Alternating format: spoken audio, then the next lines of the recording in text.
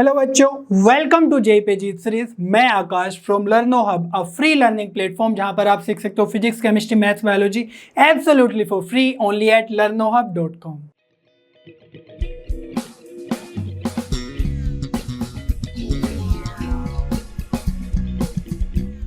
बच्चों, आज हम जे सीरीज में कंटिन्यू करने वाले हैं 3D ज्योमेट्री का कॉन्सेप्ट वीडियो, जिसमें हम देखेंगे कि कोई प्लेन है और एक पॉइंट है तो उनके अबाउट कैसे क्वेश्चंस बनते हैं, क्या क्या कॉन्सेप्ट होते हैं, या फिर दो प्लेन्स हैं तो उनके अबाउट कौन कौन से कॉन्सेप्ट बनते हैं। बस आपको लास्ट तक बने रहना है। Are you ready? चलिए स्टार्ट करते हैं।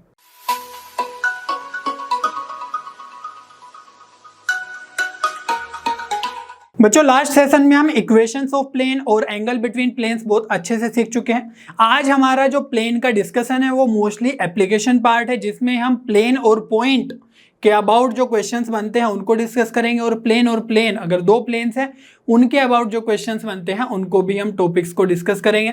और जो आज का डिस्कशन होने वाला है वो आपको बिल्कुल 2D ज्योमेट्री का, जो आप क्लास 11th में समझते हो तो लाइन का जो वहां पे डिस्कशन होता है वैसे ही कुछ कुछ यहाँ पर फील होने वाला है। ठीक है, तो सबसे पहले वही डिस्कशन स्टार्ट करते कि अगर कोई प्लेन है तो और उसके आसपास कोई पॉइंट दिए हुए हैं तो बताना है कि प्लेन के एक साइड में है वो पॉइंट्स या फिर अपोजिट साइड्स में है। ऐसा ही आप कुछ डिस्कशन है ना लाइन के अबाउट भी करते थे। सपोज ये प्लेन की इक्वेशन है हमारे पास, और ये जो प्लेन है P = 0, ठीक है, तो इसके अबाउट हमें बताना है कि ये जो A पॉइंट है, B पॉइंट है, C पॉइंट है ना, इनकी हेल्प से हमें चेक करना है कि PA पॉइंट वो ऊपर होगा, नीचे होगा या कहां पर होगा। ठीक है, तो सबसे पहले अगर हम A पॉइंट को इसमें पुट करें तो उसको मैं बोल रहा हूं PA। पुट करना तो आपको पता ही है कि भाई x की जगह x1 पुट करना, y की जगह y1, z की जगह z1। ठीक है, उसमें उस इक्वेशन में इस पॉइंट को सब्स्टिट्यूट करना है। अब वो जो पॉइंट बना उसकी कुछ वैल्यू आएगी तो उसको मैं PA बोल रहा हूं। ठीक है, ऐसे मैं लिख के बता देता हूं। PA बेसिकली होगा क्या, ये होगा आपका AX1 plus BY1 plus C Z1 plus D। ठीक है, तो इसकी कुछ ना कुछ वैल्यू आएगी क्योंकि ABCD भी प्लेन की इक्वेशन में नॉन होगा, और जो X1 Y1 Z1 है वो भी एक नॉन क्वांटिटी होगा कि कौन सा पॉइंट हम चेक कर रहे हैं। तो ऐसे ही आपके पास PA PB है ना, PC भी आएगा। तो मैं बोल रहा हूं कि भाई जो PA है वो एक नंबर होगा और जो PB है वो भी एक नंबर होगा। ठीक है, कुछ वो भी कैलकुलेट करके आएगा। तो अगर इन दोनों नंबर को हम देखें और हमें दिख गया कि दोनों के सेम साइन है, ठीक है, सेम साइन है मीनिंग दोनों प्लस भी हो सकते हैं और दोनों माइनस के भी हो सकते हैं। ठीक है, दोनों पॉजिटिव या फिर दोनों नेगेटिव क्वांटिटी अगर सेम साइन के हैं तो हम बोलेंगे कि ये सेम साइड लाई कर रहे हैं। ठीक है, सेम साइड का मीनिंग क्या हुआ कि भाई जो A पॉइंट है और B पॉइंट है या तो दोनों ऊपर होंगे या दोनों के दोनों नीचे होंगे। ठीक है, सेम साइड लाई करेंगे अगर सेम साइन होंगे उनके। तो सपोज मान लेते हैं कि दोनों के दोनों पॉइंट्स ऊपर ही है। ठीक है, A पॉइंट भी और यहां पर B पॉइंट भी। अब C पॉइंट भी चेक करना है, तो कंडीशन बताने के लिए मैं बस बता रहा हूं। ठीक है, तो हो सकता है कि वो भी दोनों सेम साइड ही आ जाए, बट चेक करने के लिए सपोज PA और PC हमने चेक किया। ठीक है, और इस बार हमने पाया कि दोनों के साइन जो है वो अपोजिट आ गए। ठीक है, अपोजिट साइन।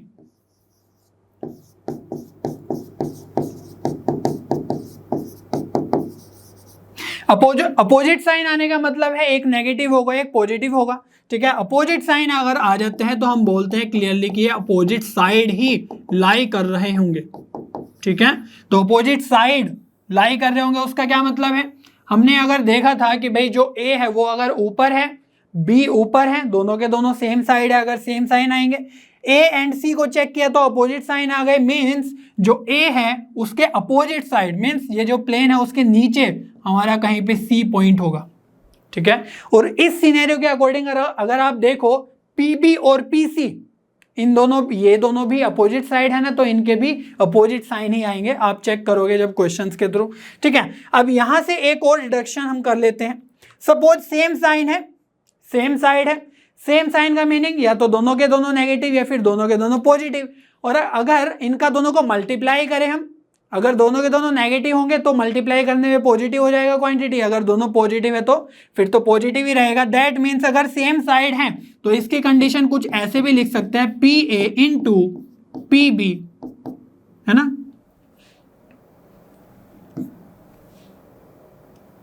ये होगी एक positive quantity, P A into P B greater than 0, ठीक है। और मैंने बताया कि अगर अपोजिट साइन है तो अपोजिट साइड लाई कर रहे होंगे, अपोजिट साइन का मीनिंग या तो नेगेटिव एक पॉजिटिव, ठीक है। दैट मीन्स अगर इनका मल्टीप्लाई करेंगे हम, ठीक है, P A into P C, तो वो आना चाहिए नेगेटिव, ठीक है। ये जो मल्टीप्लाई कर रहे हैं ये बेसिक आइडिया है, ठीक है। बस मेन चीज क्या है कि सेम साइड है या फिर अपोजिट साइड है, ठीक है। चलिए फिर आगे कुछ और सिमिलर ऐसे ही टॉपिक्स देखते हैं जो लाइन और प्लेन में हम दोनों एक तरीके से पढ़ते हैं। यही कंसेप्ट आप लाइन में भी लगाते हो, ठीक है। लाइन के अबाउट देखना होता है, पॉजिटिव सेम साइड लाई कर रहा है या फिर अपोजिट साइड्स लाई कर रहे हैं, ठीक है। ये हमारे पास है कि अगर एक प्लेन है और किसी पॉइंट से उस प्लेन का डिस्टेंस कैलकुलेट करना है या उस पॉइंट का उस प्लेन से डिस्टेंस कैलकुलेट करना है। डिस्टेंस मीनिंग परपेंडिकुलर डिस्टेंस, ठीक है, क्योंकि डिस्टेंस तो और भी होंगे, तो परपेंडिकुलर डिस्टेंस की ही हम डिस्कशन करते हैं। तो सपोज ये जो डिस्टेंस है ये डी है, ठीक है, या डी ना लिख के, क्योंकि यहां पर भी डी है ऑलरेडी, तो इसको मैं पूरा डिस्टेंस ही लिख देता हूं ताकि आपको कोई कंफ्यूजन ना हो। तो ये सपोज इन दोनों पॉइंट्स और प्लेन के बीच में एक डिस्टेंस है ना। तो जैसे हम लाइन के केस में डिस्टेंस कैलकुलेट करते हैं, कैसे करते हैं, उस पॉइंट को उसमें पुट करेंगे प्लेन की इक्वेशन में या लाइन की इक्वेशन में, जैसे करते थे A x1 plus B Y one plus C z1 plus D, ठीक है। और डिवाइड कर देंगे किससे, जो भी एक्स वाई जेड के कोफिशिएंट्स है, तो यहां पर आ जाएगा A square plus B square plus C square, mod लगा देंगे क्योंकि डिस्टेंस पॉजिटिव होना चाहिए, तो यही आ गया हमारा डिस्टेंस। अब अगर आप देखो ध्यान से तो यही बिल्कुल फॉर्मूला लाइन के केस में होता था, ठीक है, डिस्टेंस फॉर्मूला। वहां पे सिर्फ जेड का कंपोनेंट मिसिंग होता था, ठीक है, और सी भी मिस होगा और जेड वाला भी कंपोनेंट मिस होगा। वहां पर क्या आएगा, A x1 plus B Y one plus C upon A square plus B square. Clear हो रही है बात। तो बस जेड का कंपोनेंट यहाँ पर एक्स्ट्रा आ रहा है, इसलिए बिल्कुल सिमिलर से फॉर्मूले आपके दिखते हुए बनते हुए दिखेंगे, ठीक है। आगे एक और डिस्कशन कर लेते हैं कि अगर कोई पॉइंट है और एक प्लेन है तो उस पॉइंट का उस प्लेन में फुट ऑफ परपेंडिकुलर क्या होगा, ठीक है। तो फुट ऑफ परपेंडिकुलर आपको पता ही है कि जो भी परपेंडिकुलर हम डालते हैं उस प्लेन पे उस पॉइंट से, तो जिस पॉइंट पे वो मीट करता है m, ठीक है, लेट अस से, तो उस m का, है ना, कोऑर्डिनेट क्या होगा। जैसे हमने यहाँ पर परपेंडिकुलर डिस्टेंस कैलकुलेट किया तो यहाँ पर भी एक पॉइंट होगा ना, जिस पॉइंट से हमने वो डिस्टेंस कैलकुलेट किया, सपोज ये m है, तो अब इसका कोऑर्डिनेट क्या होगा ये हमें बताना है, ठीक है।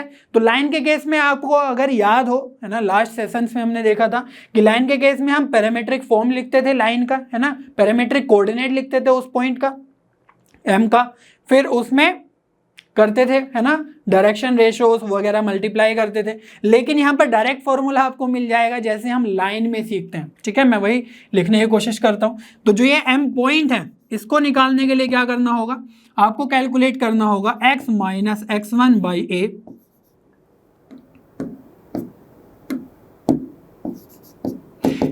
y minus y1 by B equals to z minus z1 by C equals to minus of, numerator में आ जाएगा A x1 plus B Y one plus C z1 plus D. यही पॉइंट हमने सब्स्टिट्यूट कर दिया यहाँ पर, और डिनोमिनेटर में आ जाएगा A square plus B square plus C square.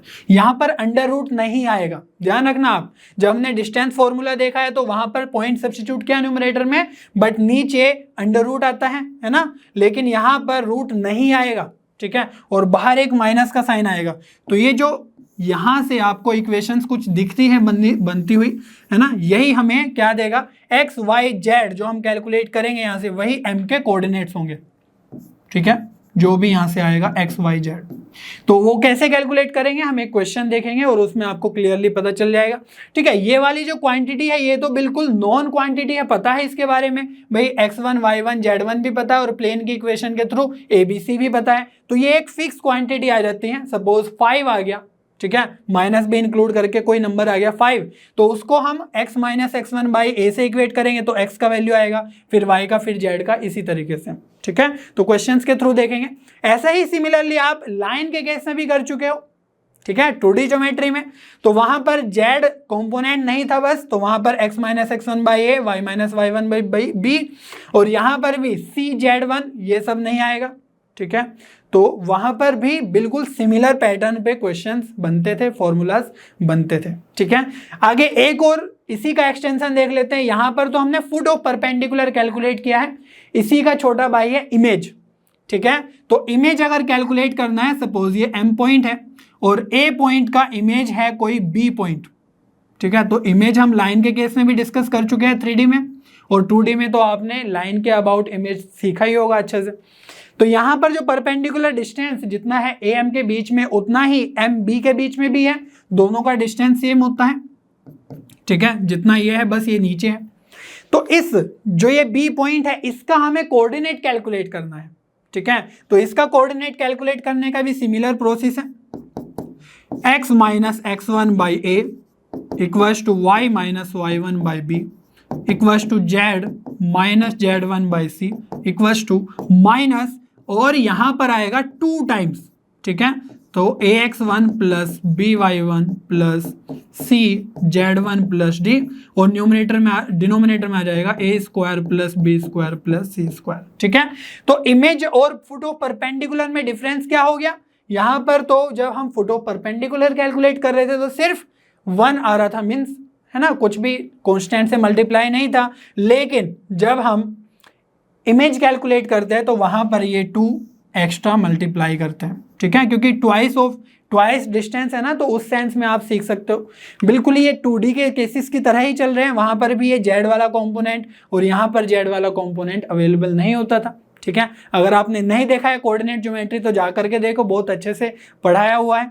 ठीक है, तो वहां पर आपको ये क्लैरिटी आ जाएगी। तो आज के लेक्चर में जो भी हम डिस्कस करने वाले हैं वो मोस्टली ना लाइन के, जो 2D में हम लाइन सीखते हैं उसी के सिमिलर चल रहा है। ठीक है, तो इसीलिए हम जल्दी जल्दी कॉन्सेप्ट को क्लियर करके और फिर क्वेश्चंस की तरफ बढ़ना चाह रहे हैं। ठीक है, तो क्वेश्चंस देख लेते हैं फिर।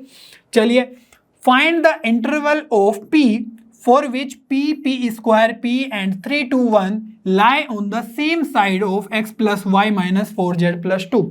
तो ये एक प्लेन की इक्वेशन है। ठीक है, अब इस प्लेन के अबाउट ये सेम साइड लाई कर रहे हैं।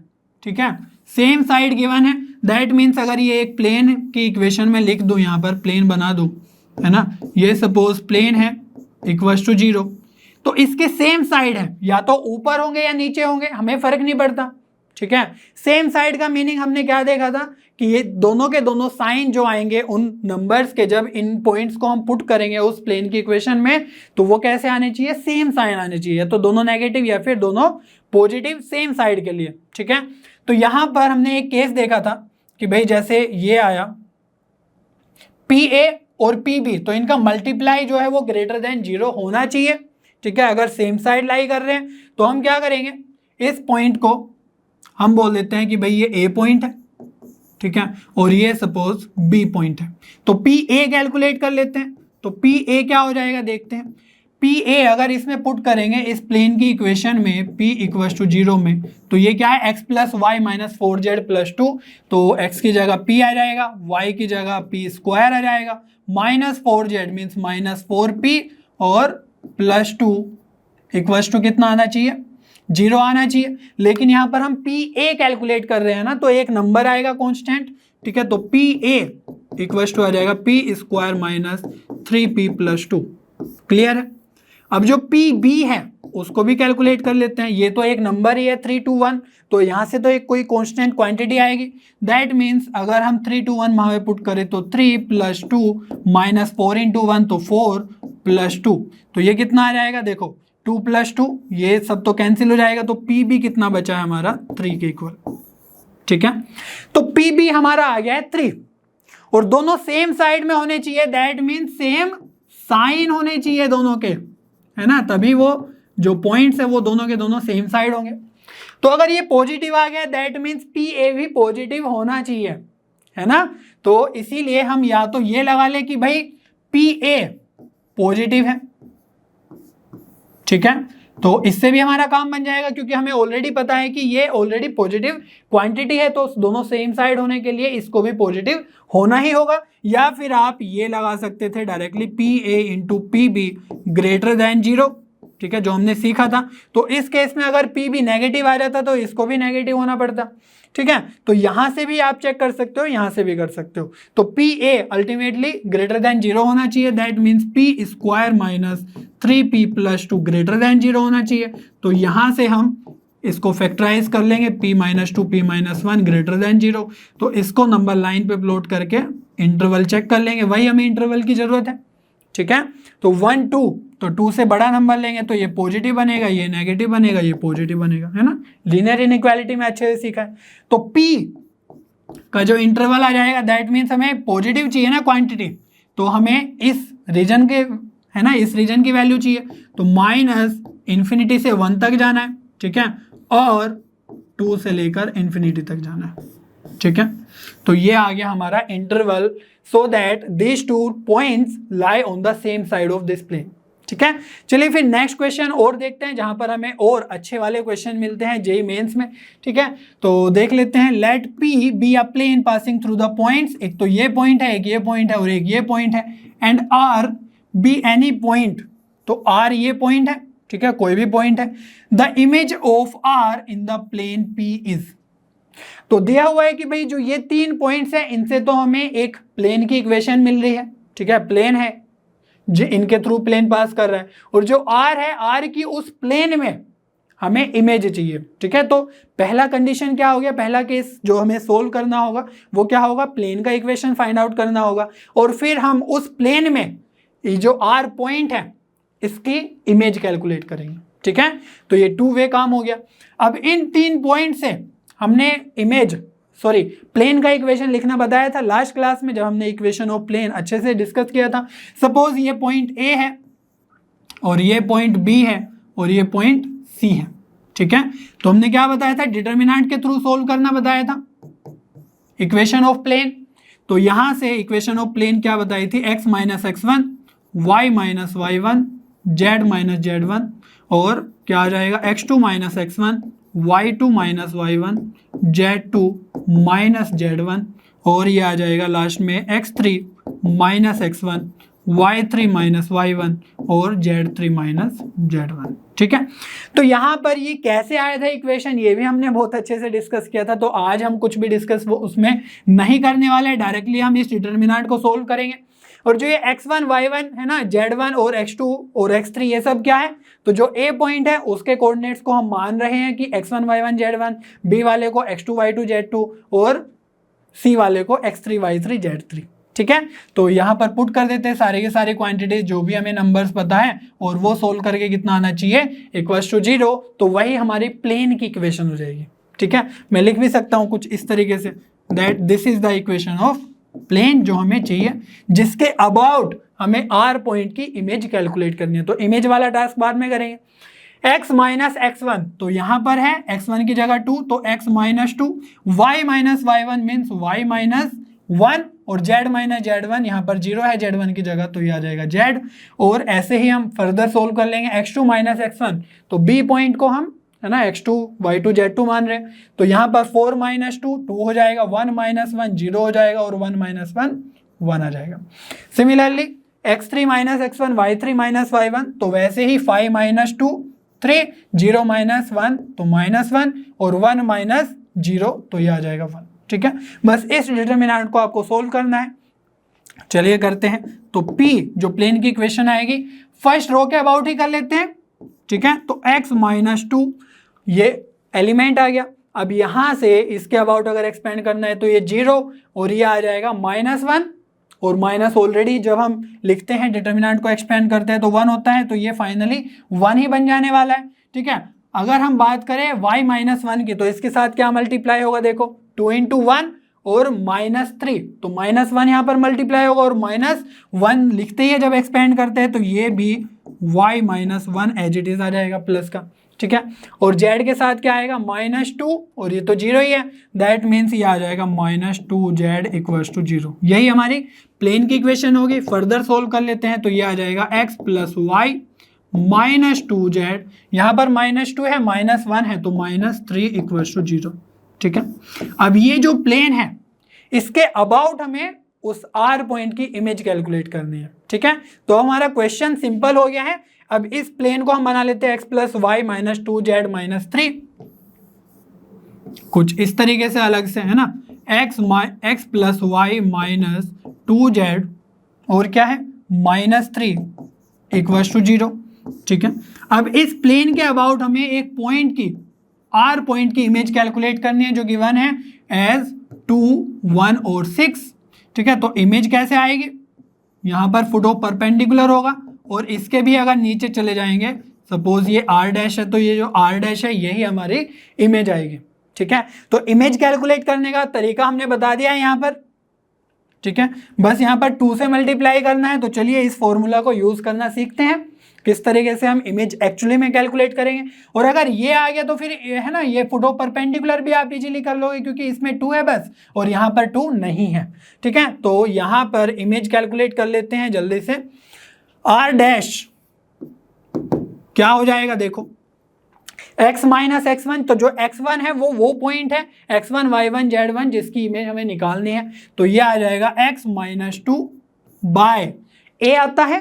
तो a क्या हो जाएगा, जो ये प्लेन है, प्लेन की इक्वेशन है। ठीक है। इसके x, y, z के है ना कोफिशिएंट्स। तो x का कोफिशिएंट कितना है 1, फिर आ जाएगा y -1, y का कोफिशिएंट कितना है 1, z -6, z का कोफिशिएंट कितना है यहाँ पर -2 = 2। अब यहाँ पर थोड़ा ध्यान से करना, माइनस जरूर लगाना और 2 जरूर लगाना। ठीक है। अब ये जो पॉइंट है इसको हमें इस प्लेन की इक्वेशन में पुट कर देना है सिंपली। ठीक है। मैं ये हटा देता हूँ अदरवाइज कंफ्यूजन हो जाएगा आप लोगों को। तो यहाँ पर अगर इस पॉइंट को पुट कर दे तो x की जगह 2 आ जाएगा, y की जगह 1 आ जाएगा और 6 × -2 तो -12 और ये है -3। ठीक है। तो ये तो पॉइंट पुट कर दिया, याद है ना फॉर्मूला। ये पॉइंट पुट करेंगे और डिनोमिनेटर में जो प्लेन के कोफिशिएंट्स x, y, z के वो उनका स्क्वायर का सम लिखेंगे। ठीक है। तो यहाँ पर स्क्वायर का सम कितना आ जाएगा, 1 का स्क्वायर 1, y का कोफिशिएंट 1 ये भी, और ये आ जाएगा 4। ठीक है। तो ये फॉर्मूला आपको लगाते आना चाहिए आसानी से। अब बहुत आसान है कैलकुलेट करना। ठीक है। ये वाली क्वांटिटी हम कैलकुलेट कर लेते हैं सबसे पहले। तो ये है 2 + 3, 2 + 1 3 और ये -3, तो ऊपर बचा -12 और -2 बाहर है तो +24 और 6 नीचे लिखा हुआ है तो यहाँ से बचेगा 4। ठीक है। तो देखो x - 2/1, y - 1/1, z -6 है ना -2 और ये आ जाएगा कितना 24 और डिवाइड बाय 6 तो 4। ठीक है। इतना कर लोगे आप।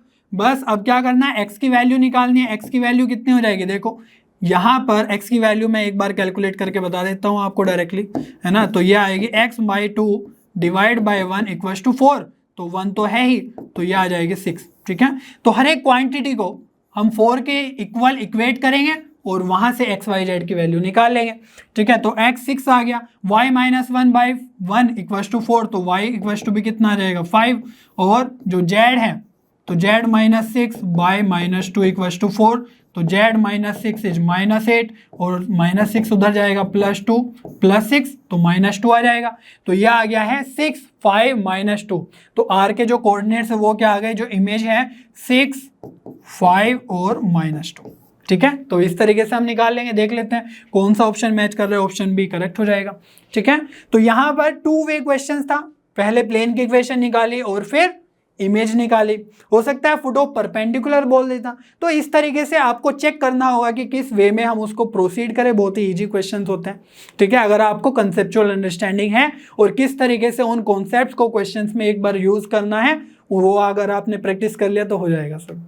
ठीक है बच्चों, अभी तक हमने जो भी टॉपिक्स डिस्कस किए हैं उसमें लाइन और प्लेन के रिगार्डिंग कॉन्सेप्ट सीखे हैं। अब हम बात करेंगे कि अगर 2 प्लेन्स हो तो उनके ऊपर कैसे कॉन्सेप्ट्स होते हैं और किस तरह के क्वेश्चंस बनते हैं। सपोज ये हमारे पास 2 प्लेन्स हैं विच आर पैरेलल प्लेन्स। ठीक है। ये प्लेन सपोज P1 है और ये जो दूसरा प्लेन है ये सपोज P2 है। तो पैरेलल प्लेन्स के केस में हमने बताया था कि भाई जब पैरेलल प्लेन्स है तो उनका जो नॉर्मल होगा वो भी पैरेलल होंगे, और जब दो नॉर्मल वेक्टर्स पैरेलल है दैट मीन्स जो वेक्टर्स के है ना कंपोनेंट्स है वो प्रोपोर्शनल होने चाहिए। ठीक है, तो यहां पर जो P1 और P2 के जो कोफिशिएंट्स हैं वो प्रोपोर्शनल होते हैं इन केस ऑफ पैरेलल। ठीक है, और यहां पर जो फॉर्मूला है between distance between two planes के लिए, उसके लिए आपको क्या करना होगा, जो प्रोपोर्शनल है ना कोफिशिएंट्स है उनको प्रोपोर्शनल ही नहीं सेम करना होगा। ठीक है, तो बताएंगे कैसे। जैसे यहाँ पर दो प्लेन्स हैं, एक तो ये प्लेन है और एक ये प्लेन है, तो अगर आप कोफिशिएंट्स को देखो, यहाँ पर कोफिशिएंट क्या है 2 1 2, यहाँ पर है 4 2 4, तो ये वाले जो कोफिशिएंट्स है ये आपको डबल दिख रहे हैं इन वाले कोफिशिएंट्स के। दैट मीन्स अगर इसमें हम 2 से डिवाइड करेंगे तो कोफिशिएंट सेम हो जाएंगे। ठीक है, तो इसीलिए यहाँ पर हमने प्लेन की इक्वेशन लिखी है जिसमें हमारे पास ABC और यहाँ पर भी ABC है, और जो है ना कांस्टेंट है वही डिफरेंट है बस। ठीक है, इसी की हेल्प से हमारा जो फॉर्मूला है वो बनता है distance between two parallel planes. ठीक है, लाइन के केस में भी आपने ये सीखा ही है कि अगर दो पैरेलल लाइन है तो उनके बीच का डिस्टेंस कैसे कैलकुलेट करते हैं। तो डिस्टेंस कैलकुलेट करने का बहुत ही सिंपल फॉर्मूला है, बिल्कुल सिमिलर है लाइंस के केस में। तो यहाँ पर क्या करना है, जो भी यहाँ पर कॉन्स्टेंट्स है उनका डिफरेंस करना है और डिवाइड कर देना है किससे, जो भी एक्स वाई जेड के है ना कोफिशिएंट्स हैं उनके स्क्वायर्स के सम से डिवाइड कर देना, A square plus B square plus C square. तो यही आपका फॉर्मूला हो जाएगा, और बस चेंज क्या करना है, यहाँ पर आपको मोड लगा देना है। ठीक है, और कुछ नहीं करना है। और जो लाइन के केस में होता था वहां पर जो कोफिशिएंट होता था वो क्या, वहां पर जेड वाला है ना, ये तो नहीं रहता था सी जेड, वहां पर रहता था ax plus B Y plus C1, तो वहां पर C1 माइनस C2 कर देते हैं, याद है कि नहीं। तो पैरेलल प्लेन्स के केस में भी बिल्कुल सिमिलर है, बस आपको उसको जेड है ना कोऑर्डिनेट के लिए जेड वाले वैल्यू के लिए एक्सटेंड करना है हर एक फॉर्मूले को, जैसा हम लाइन में करते थे वैसा ही प्लेन के केस में। तो ये जो डिस्टेंस है बिटवीन टू प्लेन्स ये इजीली आप कैलकुलेट कर लोगे। चलिए फिर एक प्रैक्टिस के लिए क्वेश्चन देख लेते हैं। ठीक है, डिस्टेंस कैलकुलेट करना है बिटवीन टू पैरेलल प्लेन्स। अच्छा, ये हमने पहले ही डिस्कस कर लिया अभी कुछ देर पहले, है ना। तो ये जो P1 प्लेन है सपोज ये, ठीक है, तो इसको कैसे लिखेंगे P1। अब सारे के सारे जो क्वांटिटीज है ना वो जीरो के इधर लेके आनी है जब ये फॉर्मूला लगाएंगे। ठीक है, इनफैक्ट जितने भी हम फॉर्मूला डायरेक्टली बता रहे हैं वो सारे के सारे क्वांटिटीज है ना एक साइड होने चाहिए जीरो के। तो यहाँ पर जो P1 है 8 को भी इधर ले आओ, तो 2x plus Y plus 2z minus 8 equal to 0। P2 plane, suppose ये P2 प्लेन है, तो यहां पर आपको मैंने बताया अभी कि जो इसके एक्स वाई जेड के कोफिशिएंट है वो 2 टाइम्स है, तो 2 से डिवाइड कर देंगे तो वो पैरेलल प्लेन्स दिखने लगेगा आपको। ठीक है, तो यहां पर हम लिख सकते हैं 2x plus Y plus 2z, 5 तो इधर ही है तो 5 में बस डिवाइड करना है 2 से। ठीक है, तो 2 से डिवाइड करने पे अब हमें दिख रहा है कि अच्छा भाई a की जगह 2 है, y की जगह 1 है और c है ना, b की जगह 1 है और c की जगह 2 है। तो बस इनके बीच का फॉर्मूला लगा दो, है ना डिस्टेंस फॉर्मूला। वो क्या आ जाएगा, जो कोफिशिएंट्स हैं उनका डिफरेंस, तो ये वाला कोफिशिएंट -8 और माइनस ऑफ सेकेंड कोफिशिएंट, है ना। 5/2 -8 करोगे तब भी ऐड ही कर रहे होंगे, यहाँ पर भी अल्टीमेटली ऐड ही होगा क्योंकि है ना मोड लगा रहे हैं ना, दोनों सेम साइन है तो ऐड ही होगा। तो और यहाँ पर हम लिख देंगे नीचे क्या, 2 का स्क्वायर 4 प्लस 1 का स्क्वायर प्लस 2 का स्क्वायर 4।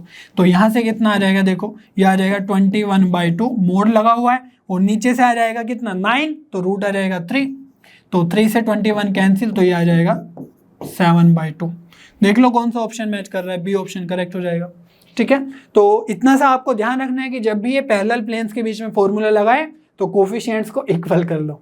ठीक है बच्चों, कोऑर्डिनेट ज्योमेट्री जो आप क्लास 11th में सीखते हो वहां पर आपने देखा होगा कि अगर कोई 2 लाइंस हैं तो उनके जो एंगल्स बनते हैं बिटवीन 2 लाइंस, तो उनके जो बाइसेक्टर्स होते हैं, ठीक है, वो हम कैसे कैलकुलेट करते हैं। सिमिलरली यहाँ पर अगर कोई 2 प्लेन्स हैं तो इनके बीच में जो एंगल बना हुआ है, कोई एक एंगल यहाँ पर है और एक एंगल अपोजिट साइड होगा।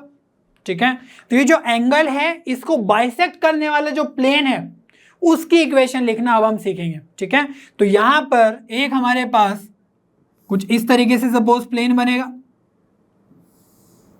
तो ये जो प्लेन बनेगा ये हम एज्यूम कर रहे हैं कि ये बाइसेक्ट कर रहा है इस एंगल को, है ना। तो यहां पर जो प्रोसेस था क्लास 11th में जो आपने सीखा था, सपोज ये जो पॉइंट है वो है अल्फा बीटा गामा। तो क्या देखा था कि जो एंगल बाइसेक्टिंग प्लेन होता है या लाइन होता है फॉर दैट मैटर, वहां से जो परपेंडिकुलर डिस्टेंस होगा इन दोनों प्लेन का, ठीक है, कुछ इस तरीके से, और यहाँ पे जो प्लेन का परपेंडिकुलर डिस्टेंस होगा वो सेम ही आता है, ठीक है। तो इस प्लेन से, है ना, इस पॉइंट से जो इस बाइसेक्टिंग प्लेन पे लाई कर रहा होगा, P1 प्लेन और P2 प्लेन का डिस्टेंस सेम आता है। तो इसका जो फॉर्मूला बनता है, जो बाइसेक्टिंग प्लेन बनता है ना, वहां पे 2 बाइसेक्टिंग प्लेन्स बनेंगे, एक तो इधर से निकल रहा है और एक इधर से निकल रहा है। तो कभी भी अगर आपके पास 2 लाइन्स है, ठीक है, तो यहां पर ज्यादा क्लियरली दिखेगा, तो 2 एंगल्स बनते हैं, एक ये और एक ये। अगर वो 90 डिग्री पे है, परपेंडिकुलर है, तो उस केस को अगर एक्सक्लूड कर दे तो यहां पर एक एक्यूट एंगल बन रहा होगा और एक ऑब्ट्यूस एंगल बन रहा होगा।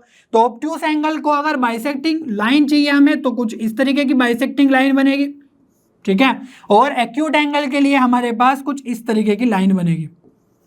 तो 2 लाइन्स हमें मिलती है लाइन के केस में भी, वैसे ही यहां पर भी 2 प्लेन्स मिलेंगे हमें प्लेन्स के केसेस में जो बाइसेक्ट कर रहे होंगे इन 2 प्लेन्स को, ठीक है। तो एक एक्यूट एंगल बाइसेक्टर मिलेगा और एक ऑब्ट्यूस एंगल बाइसेक्टर मिलेगा। उसको देखेंगे किस तरीके से हम आइडेंटिफाई करें कि कौन सा एक्यूट एंगल होगा, कौन सा, है ना, ऑब्ट्यूस एंगल होगा। यहाँ पे हम बाइसेक्टिंग, है ना, जो प्लेन्स है उनकी इक्वेशन लिख देता हूँ। तो यहाँ पर क्या करना है, अब देखो हमने माना है अल्फा बीटा गामा वो एक पॉइंट, तो उसको हम बाद में जब इस प्लेन की इक्वेशन अल्फा बीटा गामा में, है ना, सोल्व करेंगे, उसके बाद एक्स वाई जेड ही लिखना होगा। इन जनरल हमें अगर लोकस लिखना है उस प्लेन का, ठीक है, तो अल्फा बीटा गामा की जगह हम एक्स वाई जेड ही यूज करेंगे। तो इक्वेशन रहेगी ax1 plus b1y plus c1z plus d1, बिल्कुल यही डिस्टेंस फॉर्मूला लगाना है ना। तो डिस्टेंस फॉर्मूला में रूट में a square plus b square plus c square, ठीक है, ये लिखेंगे एक प्लेन की इक्वेशन, है ना। तो उसमें वो एज इट इज लिख दिया और उसके नीचे root a square plus b square plus c square, in fact a1 b1 c1 होना चाहिए ना, प्लेन 1 इक्वल्स टू, यहाँ पर आ जाएगा प्लस माइनस, और फिर दूसरे प्लेन की इक्वेशन लिखेंगे a2x plus b2y plus c2z plus d2 और डिवाइड बाय रूट के अंदर a1 है ना, a2 का स्क्वायर, ये 2 आएगा आपके पास क्योंकि ये सेकंड प्लेन की बात कर रहा है, a2 है यहाँ पर। तो a2 का स्क्वायर प्लस b2 का स्क्वायर प्लस c2 का स्क्वायर, ठीक है। और ये आ गई आपकी पास 2 इक्वेशन। कैसे आएगी 2 इक्वेशन, एक तो प्लस साइन के साथ सोल्व करेंगे और एक माइनस साइन के साथ सोल्व करेंगे, है ना। तो आई होप आपको क्लियर हो गया होगा, क्योंकि लाइन के केस में भी हम बिल्कुल सिमिलर फॉर्मूला यूज करते हैं, बस वहां पर जेड वाले कंपोनेंट्स नहीं होते जैसे हम बताते आ रहे हैं बार बार, ठीक है। तो डिस्टेंस फॉर्मूला ही है ये बेसिकली, ठीक है। तो यहां पर आपको एक प्लस साइन के साथ निकालना होगा और एक माइनस साइन के साथ। तो इसमें से जब प्लस साइन के साथ आप इक्वेशन सोल्व करोगे तो एक एक्यूट बनेगा, एक ऑब्ट्यूस बनेगा, ठीक है। तो वही हमें चेक करना है कि कैसे हम उनको चेक करें, एक्यूट कब बनेगा और ऑब्ट्यूस कब बनेगा, ठीक है। तो एक्यूट और ऑब्ट्यूस चेक करने के लिए हमें सबसे पहले 2 काम करने होंगे। एक काम तो ये करना होगा कि जो कॉन्स्टेंट्स हैं, ठीक है, कॉन्स्टेंट टर्म्स कौन से हैं, d1 और d2 ये वाले, तो कॉन्स्टेंट टर्म्स को पॉजिटिव बनाना है, ठीक है। अगर कोई प्लेन की इक्वेशन है कुछ इस तरीके से 2x minus 3y plus 5z minus 4 equal to 0, तो इस प्लेन की इक्वेशन को हम आगे यूज नहीं करेंगे टू नो कि कौन सा ऑब्ट्यूस और एक्यूट बाइसेक्टर है। हम क्या करेंगे, इसका मॉडिफाइड वर्जन कैलकुलेट करेंगे, और जैसे ये -4 है तो इसमें ओवरऑल माइनस से मल्टीप्लाई कर देंगे, -2x plus 3y minus 5z plus 4 equal to 0।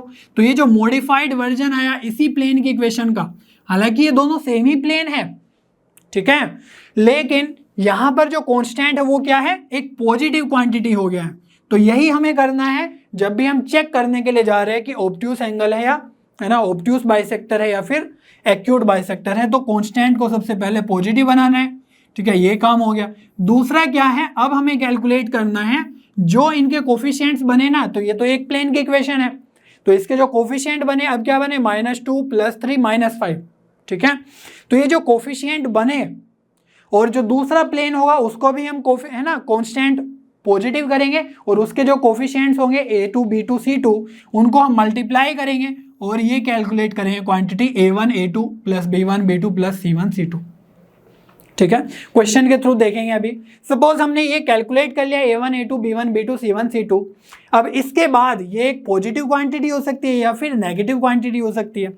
अगर ये पॉजिटिव क्वांटिटी होगी, ठीक है, means A1 A2 B1 B2 C1 C2 अगर पॉजिटिव नंबर आ गया सपोज +5 या +10, तो जो ऑब्ट्यूस बाइसेक्टर होगा वो कहाँ से मिलेगा? हमें पॉजिटिव साइन वाले से मिलेगा। ये पॉजिटिव साइन वाला मीन्स जो हमने यहाँ पे पॉजिटिव साइन के साथ इक्वेशन सोल्व करी थी वो हमारा ऑब्ट्यूस बाइसेक्टर होगा।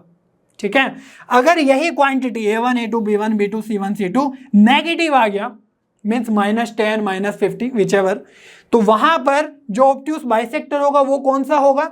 वो नेगेटिव साइन वाला होगा। ठीक है, तो आप ऐसे भी ध्यान रख सकते हो कि अगर ये क्वांटिटी पॉजिटिव है तो पॉजिटिव साइन के साथ हमें ऑब्ट्यूस बाइसेक्टर मिलेगा, अगर ये क्वांटिटी नेगेटिव है तो हमें नेगेटिव साइन वाला ऑब्ट्यूस बाइसेक्टर मिलेगा। ठीक है, अब अगर ये क्वांटिटी पॉजिटिव है तो अगर पॉजिटिव साइन के साथ ऑब्ट्यूस मिला तो नेगेटिव साइन के साथ एक्यूट बाइसेक्टर मिलेगा, और अगर ये क्वांटिटी नेगेटिव है, नेगेटिव साइन के साथ ऑब्ट्यूस मिला तो पॉजिटिव साइन के साथ एक्यूट मिलेगा। ठीक है, इसको हम क्वेश्चन के थ्रू देखेंगे, तभी मैं रिविजिट करूंगा इस कॉन्सेप्ट पे और फिर डिस्कस करेंगे कि क्यों ये एक्यूट बाइसेक्टर है और क्यों ये ऑब्ट्यूस बाइसेक्टर है। ठीक है, तो यहाँ पर एक क्वेश्चन है हमारे पास बहुत ही अच्छा सा, a plane which bisects the angle between two given planes 2x minus y plus 2z minus 4 equals to 0 and x plus 2y plus 2z minus 2 equals to 0 pass through the point। ठीक है, तो एक हमें bisecting plane चाहिए। ठीक है, angle bisecting plane, एक तो ये प्लेन हो गया हमारा और एक ये प्लेन हो गया, तो इन दोनों प्लेन से एक बाइसेक्टिंग प्लेन की इक्वेशन हम लिखेंगे। हमने बताया अभी कैसे लिखेंगे, तो पहले ही इस प्लेन को मॉडिफाइड ही बना लेते हैं। ठीक है, उसी में हम यूटिलाइज कर लेंगे सब कुछ। तो P1 के साथ क्या आ जाएगा? देखो यहां पर आ जाएगा हमारे पास, यहां पर -4 है ना, मीन्स ये जो कांस्टेंट है ये नेगेटिव है, तो सबसे पहला टास्क क्या करना है? इसको पॉजिटिव बनाना है। तो पॉजिटिव बना लेंगे, उसके लिए क्या करना होगा? माइनस से मल्टीप्लाई करना होगा। -2x plus Y minus 2z plus 4 equals to 0। ठीक है, पॉजिटिव बन गया। सिमिलरली जो सेकेंड प्लेन है ये भी नेगेटिव है, तो प्लेन 2 की जो मॉडिफाइड इक्वेशन होगी वो भी क्या होगी? -x minus 2y minus 2z, और ये आ जाएगा आपके पास +2 इक्वल्स टू 0। ठीक है, तो यहां से हम क्या करेंगे? A1 A2 B1 B2 C1 C2। ठीक है, तो A1 A2 A1 B1 C1 यहाँ पे से और A2 B2 C2 यहाँ से, तो ये बन जाएगा -2 -1 और +1 -2 है ना, और z के कोफिशिएंट्स -2 और -2। ठीक है, अब इसको चेक करना है ये कितनी वैल्यू दे रहा है, ये आ जाएगा 2, ये -2 और ये +4, तो ये आ गई पॉजिटिव क्वांटिटी, मीन्स है ना ग्रेटर देन 0। मीन्स जो ये A1 A2 है ना, A1 A2 B1 B2 C1 C2, ये जो पॉजिटिव क्वांटिटी आई है इसकी हेल्प से हम चेक कर सकते हैं कि जो प्लस साइन के साथ मिलेगा वो ऑब्ट्यूस बाइसेक्टर मिलेगा और जो नेगेटिव साइन के साथ मिलेगा वो एक्यूट बाइसेक्टर मिलेगा। ठीक है, तो यहां पर हमें सबसे पहले यही चेक करना है। लेकिन यहां पर अच्छी बात ये थी कि ये तो बोला ही नहीं कि एक्यूट एंगल बाइसेक्टर है अब, है ना, ऑब्ट्यूस एंगल बाइसेक्टर है। मीन्स ये जो प्रोसेस किया है हमने ये सिर्फ अंडरस्टैंडिंग के लिए किया है, इस सॉल्यूशन में इसकी कोई जरूरत नहीं है इस क्वेश्चन के सॉल्यूशन में। ठीक है, लेकिन हमें यहाँ से एक अंडरस्टैंडिंग मिलती है।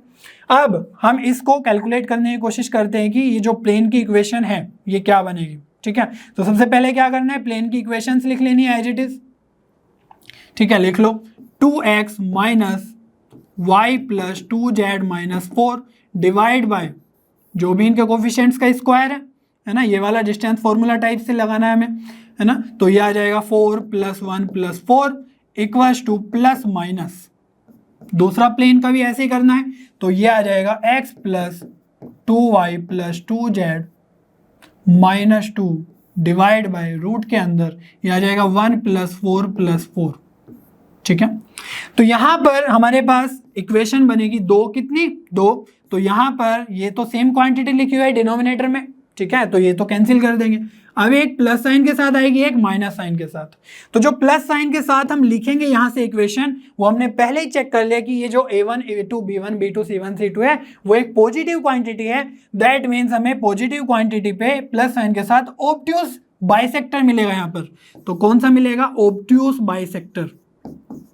हालांकि हमें चेक करने की जरूरत नहीं है क्योंकि यहाँ पर एक्यूट या ऑब्ट्यूज कोई भी बाइसेक्टर चलेगा, उस पे ये पॉइंट चेक करना है। बट है ना, टू जनरेट सम आइडियाज ये हम क्लियरली बता रहे हैं कि भाई ये प्लस साइन के साथ ऑब्ट्यूज बाइसेक्टर बनेगा क्योंकि ये पॉजिटिव क्वांटिटी है। तो यहाँ से प्लस साइन के साथ सोल्व कर लो तो ये आ जाएगा 2x minus Y plus 2z minus 4 as it is. ये प्लस साइन के साथ करना है तो x plus 2y plus 2z minus 2 है ना, इसको सोल्व कर लो थोड़ा सा तो ये आ जाएगा x माइनस वाई और ये आ जाएगा इधर माइनस 3y है ना, प्लस 2z ये तो कैंसिल और ये आके बन जाएगा माइनस 2 इक्वल्स टू 0। ठीक है, तो ये जो प्लेन की इक्वेशन बनी है ये कौन सी बनी है? Obtuse bisector. क्लियर हो रहा है आइडिया? अब हम एक्यूट बाइसेक्टर की तरफ बढ़ेंगे तो जो नेगेटिव साइन के साथ मिलने वाला है यहां पर वो मिलेगा एक्यूट बाइसेक्टर। ठीक है, अगर आपने लाइन में नहीं पढ़ा है, अच्छे से नहीं पढ़ा है, तो यहां से आप इसी कॉन्सेप्ट को लाइन वाले केसेस में भी एक्सटेंड कर सकते हो। वहां पर सिर्फ जेड नहीं मिलने वाला आपको, बाकी सब बिल्कुल सेम चलेगा है ना। ये वाला जो रूल है ये वहां पर भी काम आएगा। ठीक है, तो वहां पर ये जो C1 C2 है ये नहीं मिलेगा, A1 A2 B1 B2 उसका आपको साइन चेक करना होता है। अब यहाँ पर नेगेटिव साइन के साथ अगर एक्यूट बाइसेक्टर मिल रहा है तो कैलकुलेट कर लेते हैं उसको। यह आ जाएगा 2x minus Y plus 2z minus 4 equals to, minus sign के साथ है तो यह आ जाएगा माइनस x है ना, माइनस से मल्टीप्लाई करेंगे माइनस 2y और यह आ जाएगा माइनस 2z, माइनस 2 है तो प्लस 2 आ जाएगा। ऐड कर लेते हैं इधर लाके 3x और ये आ जाएगा प्लस y और ये हो जाएगा प्लस 4z, ये आ जाएगा माइनस 6 इक्वल्स टू 0। ठीक है, अब ये जो आ गया है ये आ गया हमारे पास एक्यूट बाइसेक्टर। ठीक है, तो दोनों के दोनों आ गए। अगर ये साइन नेगेटिव आ गया होता, ठीक है, A1 A2 B1 B2 C1 C2 अगर ये नेगेटिव आ गया होता तो हम इस वाले केस के साथ चलते कि भाई जो नेगेटिव साइन के साथ जो हमने यहां पर सोल्व किया वो हमारा होता ऑब्ट्यूज बाइसेक्टर और जो पॉजिटिव साइन के साथ जो हमने यहां पर सोल्व किया वो होता एक्यूट बाइसेक्टर। क्लियर आ रही है बात समझ में? तो हमें इस साइन को चेक करना होगा सबसे पहले और फिर हम एक्यूट और ऑब्ट्यूज कैलकुलेट कर पाएंगे विद दैट साइन। ठीक है, अब यहां पर चेक कर लो कि इन दोनों प्लेन में कौन सा पॉइंट सेटिस्फाई कर रहा है। ठीक है, तो आई थिंक डी वाला पार्ट सेटिस्फाई करेगा, देखते हैं। तो अगर 2 को मैं यहां पर रखूं 2 ये हो जाएगा 12, ये तो पॉजिटिव बन जाएगा है ना, तो ये वाला तो क्वांटिटी ज़्यादा हो जाएगा। अगर इसमें रखे 2 तो कितना आ जाएगा 6, ये -4, ये y तो ये -4 और ये आ जाएगा +1 है ना, तो +4 और -6। तो देखो क्या आ रहा है, हाँ 6 के साथ 6 कैंसिल, 4 के साथ 4 cancel. That means D option आपका करेक्ट हो जाएगा है ना। इन एग्जाम आपको सारे के सारे ऑप्शन चेक करने होंगे ABCD। ठीक है, और डी ऑप्शन क्योंकि सबसे लास्ट में है दैट मीन्स सबसे ज़्यादा टाइम लगने वाला है। ठीक है, तो वो कैलकुलेशन आपकी स्ट्रॉन्ग होनी चाहिए, दोनों में ही चेक करने होंगे, जरूरी नहीं कि इसी में ही। ठीक है, इसमें भी सारे के सारे ऑप्शंस, इसमें भी सारे के सारे ऑप्शंस, जो भी पॉइंट मिल जाए, क्योंकि बोला था ना वो जो प्लेन आएंगे पासिस थ्रू द पॉइंट, इनमें से किस पॉइंट के थ्रू पास कर रहा है। क्लियर हुआ? एंगल है ना, एंगल बाइसेक्टिंग प्लेन्स कैसे कैलकुलेट करते हैं, बहुत ही सिंपल है ना, सिंपल फंडा है। यहाँ पर जैसे लाइंस में हम करते थे वैसे ही यहाँ पर भी हम कर रहे हैं, कोई भी ज़्यादा डिफरेंस नहीं है, बस जेड वाले कंपोनेंट्स यहाँ पर एक्स्ट्रा आ रहे हैं और बहुत ही इजीली सेम वे में हम कैलकुलेट कर पाते हैं सारे के सारे क्वेश्चंस। ठीक है बच्चों, अब हम बढ़ते हैं आज के लास्ट टॉपिक की तरफ, which is family of planes. जैसे हमने लाइन के केस में सीखा हुआ है कि फैमिली ऑफ लाइन्स कैसे होती है। अगर कोई 2 लाइन्स है तो जहाँ पर वो इंटरसेक्ट कर रही है उस पॉइंट के थ्रू बहुत सारी लाइन्स ड्रॉ की जा सकती है। ठीक है, सपोज ये एक लाइन है या फिर एक ये लाइन है या फिर एक ये लाइन है, तो बहुत सारी लाइंस जो हम ड्रॉ कर सकते हैं उनको बोलते हैं फैमिली ऑफ लाइंस। सिमिलरली जो यहाँ पर 2 प्लेन्स हैं, ठीक है, तो उनके इंटरसेक्शन से हमें एक लाइन मिलती है। ठीक है, तो लाइन के केस में क्या मिलता है, एक पॉइंट मिलता है इंटरसेक्टिंग पॉइंट, और वैसे ही प्लेन के केस में हमें एक लाइन मिलती है। जैसे अगर आप चेक करो अपने रूम में ही, तो वहां पर एक वॉल होगी और एक फ्लोर होगा, तो वहां पर आपको एक एज बनती हुई दिखाई दे रही होगी, तो वही एज यहां पर इंटरसेक्टिंग है। ठीक है, तो इंटरसेक्टिंग लाइन जो हमें मिलती है, इस इंटरसेक्टिंग लाइन से बहुत सारे प्लेन्स पास हो सकते हैं, है कि नहीं? जो बहुत सारे प्लेन्स पास हो सकते हैं उन्हीं को हम बोलते हैं फैमिली ऑफ प्लेन्स, मतलब अच्छा खासा परिवार। ठीक है, तो ये सपोज हमारे पास P1 है, ये हमारे पास प्लेन P2 है, तो जो ये फैमिली ऑफ प्लेन्स हमें मिलता है, ये क्या मिलता है, ये मिलेगा हमें P1 प्लस लैम्डा P2 से। ठीक है, अब यहां पर जो लैम्डा है वो स्पेसिफिक कंडीशन पे डिपेंड करेगा, कुछ और क्वेश्चन में दिया हुआ रहेगा। ठीक है, और ये आइडिया जो है हमने डिटरमिनेंट चैप्टर में भी बहुत अच्छे से डिस्कस किया था, जहां पर हमने सॉल्यूशन ऑफ इक्वेशंस को डिस्कस किया था। ठीक है, तो थोड़ा इमेजिन करके देखा था, वहां पर जब हम 3 वेरिएबल को सोल्व करते हैं तो कुछ इस तरीके की इक्वेशन होती है ना, यहाँ पर एक्स वाई जेड के कुछ कोफिशिएंट होते हैं, कुछ कॉन्स्टेंट होता है। ठीक है, तो 3 वेरिएबल इसी तरीके से कुछ इक्वेशंस होती हैं, इसीलिए हमने जो प्लेन की कंडीशंस थी वहां पर आपको अच्छे से बताई थी। ठीक है, और फैमिली ऑफ प्लेन्स को हमने बहुत अच्छे से यूज किया था to solve JEE mains and JEE advance questions. ठीक है, तो यहां पर भी हम सिमिलरली फैमिली ऑफ प्लेन्स के कॉन्सेप्ट को जल्दी से क्लियर करने वाले। आपका P1 प्लस लैम्डा P2 से हमें वो प्लेन्स मिलते हैं जो इन दोनों प्लेन्स के, कौन दोनों प्लेन्स के, P1 और P2 के प्लेन से के जो इंटरसेक्टिंग लाइन है उनसे पास कर रहे हो। ठीक है, बिल्कुल सिमिलर कॉन्सेप्ट है जैसे लाइन में करते थे। सपोज ये L1 लाइन है, ये L2 लाइन है, तो इस इंटरसेक्टिंग पॉइंट से पास करने वाली जो लाइन बनेगी L1 प्लस लैम्डा L2 बनेगी। ठीक है, और ये क्यों बनती है, जैसे देखो ये वाला जो पॉइंट है वो L1 पे लाई कर रहा है, दैट मीन्स, है ना, दैट मीन्स ये पॉइंट को अगर हम L1 में पुट करेंगे तो वो 0 हो जाना चाहिए। ठीक है, तो ये 0 हो जाएगा। L2 पे जो पॉइंट है ये, अगर ये हम सेटिस्फाई करेंगे तो ये 0 हो जाना चाहिए। ठीक है, तो यहाँ पर भी 0 हो जाएगा ये सब, तो that's why L1 plus lambda L2 equals to 0 आता है। वैसे ही हम यहाँ पर प्लेन्स के केस में इसको एक्सटेंड करते हैं। ठीक है, और हमने इस पे अच्छे से क्वेश्चन किए हुए हैं डिटरमिनेंट में भी, हालांकि ये जो लैम्डा है ये कैलकुलेट करना नहीं सीखा था, बट आइडिया सीखा था। ठीक है, तो यहाँ पर भी हम डिस्कस करते हैं कि कैसे हम लैम्डा को कैलकुलेट करेंगे और फिर क्वेश्चन को फाइनली सोल्व करेंगे। ठीक है, चलिए देखते हैं कुछ questions. The plane through the intersection of planes, तो ये वाला प्लेन है और ये वाला प्लेन है, तो इन दोनों प्लेन के इंटरसेक्शन से कोई प्लेन, है ना, पास कर रहा है, एंड बोला गया है parallel to Y axis also passes through the point, किस पॉइंट से पास करेगा। तो कंडीशन समझो अच्छे से, क्वेश्चन में क्या है कि कोई एक प्लेन है जो इन दोनों के इंटरसेक्शन से पास कर रहा है और जो वाई एक्सिस है उसके पैरेलल है।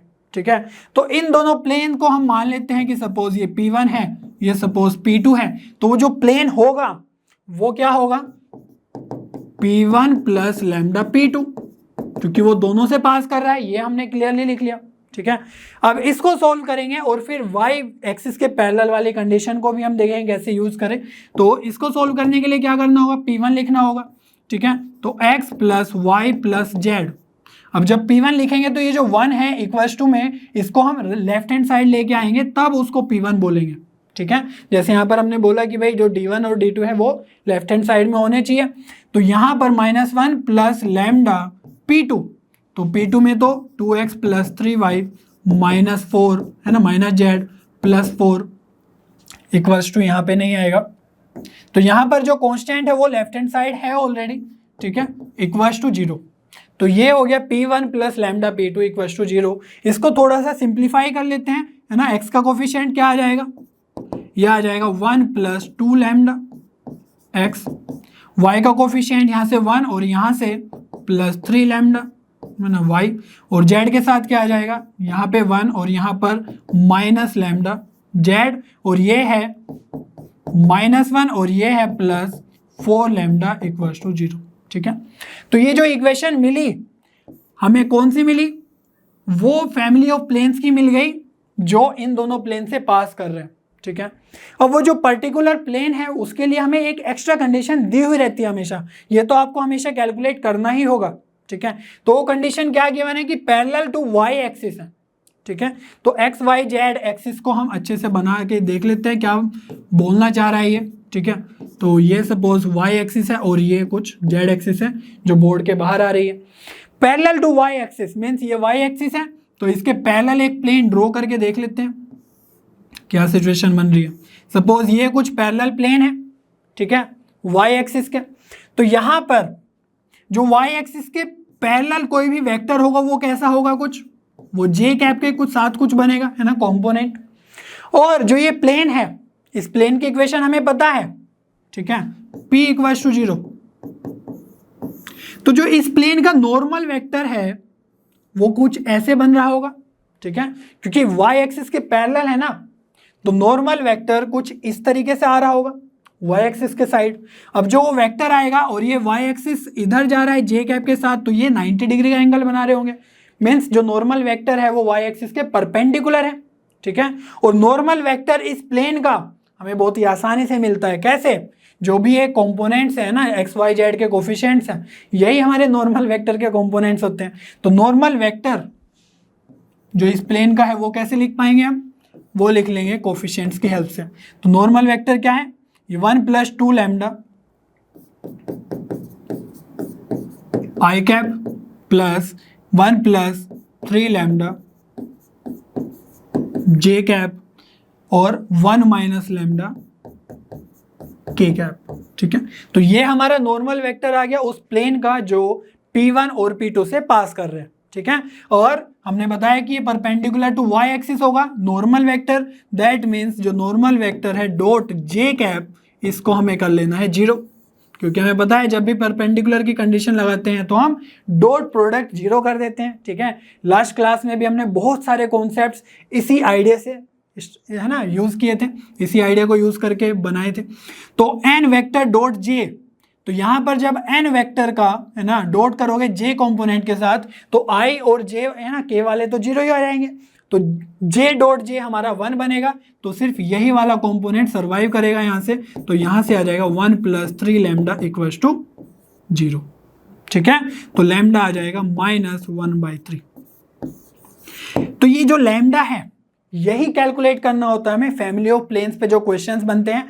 अभी जो लैम्डा कैलकुलेट किया, ये क्या किया, एक एडिशनल इंफॉर्मेशन से कैलकुलेट किया हमने, ठीक है, कि भाई ये जो प्लेन है ये वाई एक्सिस के पैरेलल है। कभी बोल सकता है कि एक्स एक्सिस के पैरेलल है, कभी कुछ और बोलेगा, हम और क्वेश्चंस देखेंगे उसमें और आइडिया लगेगा आपको। तो फाइनली हमें लैम्डा ही कैलकुलेट करना होगा, और लैम्डा कैलकुलेट कर लिया तो प्लेन की इक्वेशन में पुट कर दो सिंपली, है ना। तो यहाँ पर लैम्डा = -1/3 आ गया है, तो प्लेन की इक्वेशन क्या हो जाएगी, देखो 2 लैम्डा है ना, -1/3, तो ये हो जाएगा 2/3x, और यहाँ पर क्या आ जाएगा प्लस, है ना, 1।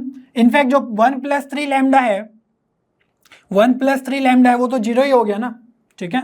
तो ये तो अल्टीमेटली 0 ही आ जाने वाला है, प्लस 1 -1/3, तो ये आ जाएगा +1/3। मैं लिख देता हूँ लैम्डा = आया हमारा -1/3, ठीक है। तो यहाँ से जेड कंपोनेंट प्लस -1 प्लस, है ना, 4 × -1/3 होगा तो -4/3 हो जाएगा ये, ठीक है।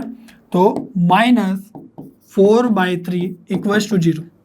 तो यहां से देखते हैं और कुछ चीजें क्या क्या बन रही है, इसको सिंप्लीफाई करते हैं बस। 3, है ना, ये आ जाएगा x/3, ये तो 0, ये आ जाएगा z/3, और यहां से आ जाएगा कितना, ये आ जाएगा -7/3 = 0। तो यहां से प्लेन की इक्वेशन क्या आ गई, 3 से मल्टीप्लाई कर दो, ठीक है। तो x, इनफैक्ट ये कितना आएगा, z का कंपोनेंट 4/3, तो यहाँ पर 4 भी आएगा, 4z और -7 = 0। ये आ गई हमारी उस प्लेन की इक्वेशन जो P1 और P2 से पास कर रही है, उसके इंटरसेक्टिंग पॉइंट, है ना, इंटरसेक्टिंग लाइन से पास कर रही है, और पैरेलल टू वाई एक्सिस है। अब ये पूछा गया कि ये जो प्लेन है, ये जो आया वो किस पॉइंट से पास कर रहा है, ठीक है। तो इन चारों के चारों ऑप्शन में से आप चेक कर लोगे, ठीक है। तो यहाँ पर आपका बी ऑप्शन करेक्ट हो जाएगा, देख लो आप, है ना। x की जगह 3 रखोगे, y की जगह 4 रखोगे तो ये कितना हो गया, तो x की जगह 3 रखोगे तो ये हो गया 3, और y की जगह आप 0 ही रखोगे, है ना, y के साथ तो कोफिशिएंट 0 ही है, तो z की जगह रखोगे 1, तो ये 3 + 4 7 हो जाएगा, ठीक है, और -7 ऑलरेडी है ही, तो बी ऑप्शन यहाँ पर करेक्ट हो जाएगा, आपको इजीली पता चल रहा है। अब चलिए बढ़ते हैं एक और नेक्स्ट क्वेश्चन की तरफ। तो यहाँ पर भी हमारा जे एडवांस का क्वेश्चन है, बहुत अच्छा क्वेश्चन है, हालांकि स्ट्रेट फॉरवर्ड क्वेश्चन है, ठीक है, तो जे एडवांस में ऐसे क्वेश्चंस कम ही आते हैं, बट आते हैं। The equation of a plane passing through the line of intersecting of the planes, किस किस के प्लेन से, एक तो ये प्लेन है और एक ये प्लेन है, इन दोनों के इंटरसेक्शन से पास हो रहा है, and at a distance 2/√3 from this point. तो ये जो दूसरी कंडीशन है ना, इसको हम बाद में यूज करेंगे, सबसे पहले उस प्लेन की इक्वेशन लिख लेते हैं, ठीक है, जो इन दोनों प्लेन्स की इंटरसेक्शन से पास हो रहा है, ठीक है, तो ये P1 ये P2, तो प्लेन की इक्वेशन क्या आ जाएगी, P1 + λ P2 = 0, तो यहां से बन जाएगा, देखो P1 कितना है, x + 2y + 3z - 2, ठीक है, हम 2 को इधर ले आएंगे, सिमिलरली 3 को भी इधर ले आएंगे, तो ये बन जाएगा आपका x - y + z - 3 = 0। ये आ गया हमारा वो वाला प्लेन, है ना, जिसकी बात हो रही है। तो अब इसको थोड़ा सा सिंप्लीफाई कर लो, कितना आ जाएगा, देखो ये आ जाएगा 1 + λx 2 - λy + 3 + λz, और ये है -2 और -3 λ = 0, ठीक है, ये हमारी वो प्लेन की इक्वेशन आ गई है जिसकी हमें जरूरत है। बस यहाँ पर अब लैम्डा हमें कैलकुलेट करना है, ठीक है, करें लैम्डा कैलकुलेट। तो यहाँ पर हमें बताया कि भाई लैम्डा के लिए आपको क्या करना होगा, इस पॉइंट से, है ना, 2/√3 डिस्टेंस पे है ये प्लेन, दैट मीन्स अगर हम चेक करें कुछ इस तरीके से, ये तो हमारा वो प्लेन हो गया जो हमने अभी कैलकुलेट किया लैम्डा के फॉर्म में, तो इसका जो परपेंडिकुलर डिस्टेंस है वो कितना है, 2/√3, ठीक है, और किस पॉइंट से बात हो रही है, 3 1 -1 से, ठीक है, तो बस परपेंडिकुलर डिस्टेंस वाला फॉर्मूला लगा दो और आपका लैम्डा आ जाएगा। तो क्या करेंगे, ये जो 3 1 और -1 है इस इक्वेशन में पुट कर देंगे, तो यहाँ पर x की जगह 3 आ जाएगा, तो ये बन जाएगा 1 + λ, है ना, 3 पहले,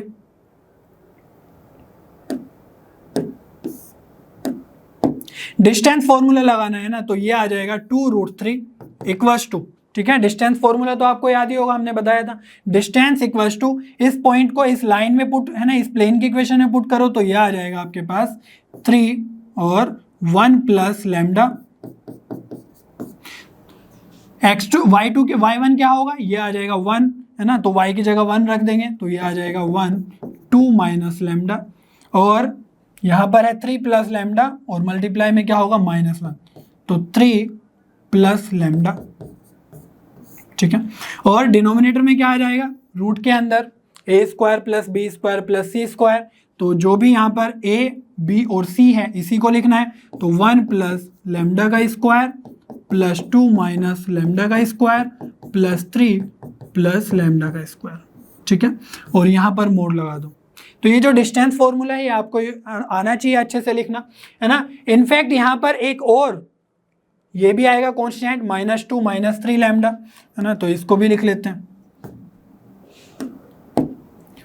प्लस -2 - 3 λ, ठीक है, तो ये हमारा कंप्लीट डिस्टेंस फॉर्मूला हो गया। पहले ही हमने सीखा था ना डिस्टेंस फॉर्मूला स्टार्टिंग में, आज के लेक्चर में, जब हमने एक पॉइंट से एक प्लेन का डिस्टेंस कैलकुलेट करना सीखा था, ठीक है, तो यहाँ पर डिस्टेंस आपको आसानी से आ जाएगा, ये पॉइंट आपको पुट करना है और डिनोमिनेटर में क्या करना है, जो भी प्लेन में ए बी सी है एक्स वाई जेड के कोफिशिएंट उनका स्क्वायर करके ऐड करके रूट ले लेना है, ठीक है, बिल्कुल वही है, बस आपको ये यूटिलाइज करते आना चाहिए। यहाँ पर हमें क्या करना है, लैम्डा की वैल्यू कैलकुलेट करनी है, ठीक है, तो लैम्डा के लिए सारा का सारा काम हो रहा है। अब इसको सोल्व करते हैं, 2/√3 = 2, मोड लगा के रखना है, ठीक है, ताकि जो नेगेटिव क्वांटिटी है उसको भी हम पॉजिटिव बना पाए। तो न्यूमरेटर में क्या क्या होगा, देखो अगर इसको ओपन करें तो ये बन जाएगा 3 + 3 λ + 2 - λ -3 - λ -2 - 3 λ, ठीक है, तो और डिनोमिनेटर में क्या बन जाएगा, ये λ², ये भी, है ना, तो 3 λ² आएगा, है ना, मैं डायरेक्टली ओपन करके ऐड कर रहा हूँ, तो यहाँ से बन जाएगा 2 लैम्डा, यहाँ से आ जाएगा -4 लैम्डा, है ना, यहाँ पर लिख लेते हैं। तो +2 लैम्डा -4 लैम्डा और यहाँ से आ जाएगा +6 लैम्डा। ठीक है, तो ये बन जाएगा +4 लैम्डा। और क्या बनेगा, यहाँ पे बनेगा 1 कांस्टेंट, यहाँ पर 4 तो 5 और यहाँ पर 9 तो ये बन जाएगा 14। ठीक है, तो इनको स्क्वायर का, है ना, ओपनिंग करके और यहाँ पर मैंने ऐड कर दिया सिंपली। ये 3 + लैम्डा स्क्वायर। अब न्यूमरेटर में देख लेते हैं क्या क्या बन रहा है। तो यहाँ से 3 लैम्डा और -3 लैम्डा कैंसिल, 2 से 2 कैंसिल, ऑल राइट, 3 से 3 कैंसिल, तो -लैम्डा मीन्स बचा -2 लैम्डा। और क्योंकि मोड लगा हुआ है तो यहाँ पर हम 2 लैम्डा लिख सकते हैं इजीली। ठीक है, और रूट के अंदर ये 3 लैम्डा स्क्वायर +4 लैम्डा +14 है ना। मोड लगा हुआ है, मोड हटा देते हैं क्योंकि हमने -2 लैम्डा से ये कैंसिल कर दिया। ठीक है, नेगेटिव साइन, तो यहाँ पर अब 2 से 2 कैंसिल कर दो और यहाँ पर क्रॉस मल्टीप्लाई करके आसानी से सोल्व कर सकते हो आप। ठीक है, दोनों साइड स्क्वायर कर लेते हैं, तो ये मल्टीप्लाई होके बन जाएगा 3 लैम्डा स्क्वायर और ये यहाँ पर क्रॉस मल्टीप्लाई होके बनेगा 3 लैम्डा स्क्वायर +4 लैम्डा +14। ठीक है, तो 3 लैम्डा स्क्वायर से ये कैंसिल, अब लैम्डा इक्वल्स टू कितना आ जाएगा, देखो ये बन जाएगा -7/2। ठीक है, तो लैम्डा इक्वल्स टू -7/2 हमारा आ गया डिस्टेंस फॉर्मूला का यूज करके। अब यहां पर आप सिंपली इसको पुट कर दो, तो कितना है -7/2।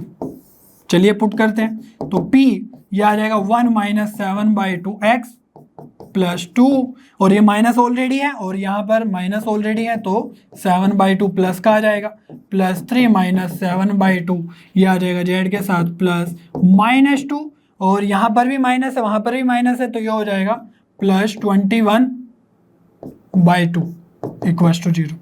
ठीक है, तो बस इसको थोड़ा सा और सोल्व कर लेते हैं। यहाँ पर देखो ये बन जाएगा आपका -5x/2, ये कितना बन जाएगा 11y/2 और ये आ जाएगा -z/2 और ये बन जाएगा आपके पास +17/2। ठीक है, तो यहाँ पर आपको क्या दिख रहा है, क्या करना चाहिए, क्योंकि यहाँ से तो आपको सारे के सारे जो 2 है नीचे वो दिख ही नहीं रहे हैं। ठीक है, तो यहाँ पर हम -2 से मल्टीप्लाई कर लेते हैं, है ना, ताकि माइनस भी कैंसिल हो जाए और 2 भी कैंसिल हो जाए। तो ये बन जाएगा आपके पास 5x - 11y, है ना, +z - 17 = 0। तो देख लो ये कौन सी इक्वेशन है ना, कौन सी प्लेन की इक्वेशन आपको मैच कर रही है, बस यही इक्वेशन बतानी थी। ठीक है, तो प्रोसेस तो बिल्कुल स्ट्रेट फॉरवर्ड है। पहले आप P1 + लैम्डा P2 कैलकुलेट करो, वहां से जो भी प्लेन की इक्वेशन आई उस इक्वेशन पे कोई और कंडीशन दी हुई होगी, जैसे पहले y एक्सिस के पैरेलल था, यहाँ पर डिस्टेंस दे दिया कि भाई इस पॉइंट से उस प्लेन का डिस्टेंस 2/√3 है, उसकी हेल्प से आप लैम्डा कैलकुलेट करो, फिर लैम्डा की वैल्यू इसमें सब्स्टिट्यूट कर दो और जो भी प्लेन की इक्वेशन है या वो प्लेन किस पॉइंट से पास कर रहा है वो सब आप कैलकुलेट कर लो। यहाँ पर देखो 5x - 11y + z - 17, तो 17 को अगर उधर ले जाएंगे राइट हैंड साइड तो हमारा ऑप्शन ए करेक्ट हो जाएगा। ठीक है, बस ये राइट हैंड साइड है, ये लेफ्ट हैंड साइड है। ठीक है, तो इसी तरीके से आप फैमिली ऑफ प्लेन्स के बहुत अच्छे से सारे क्वेश्चन कर सकते हो। तो आज का हमारा सेशन यहीं पे खत्म होता है बच्चों। आज हमने प्लेन और पॉइंट, प्लेन और प्लेन के बहुत सारे कॉन्सेप्ट्स देखे।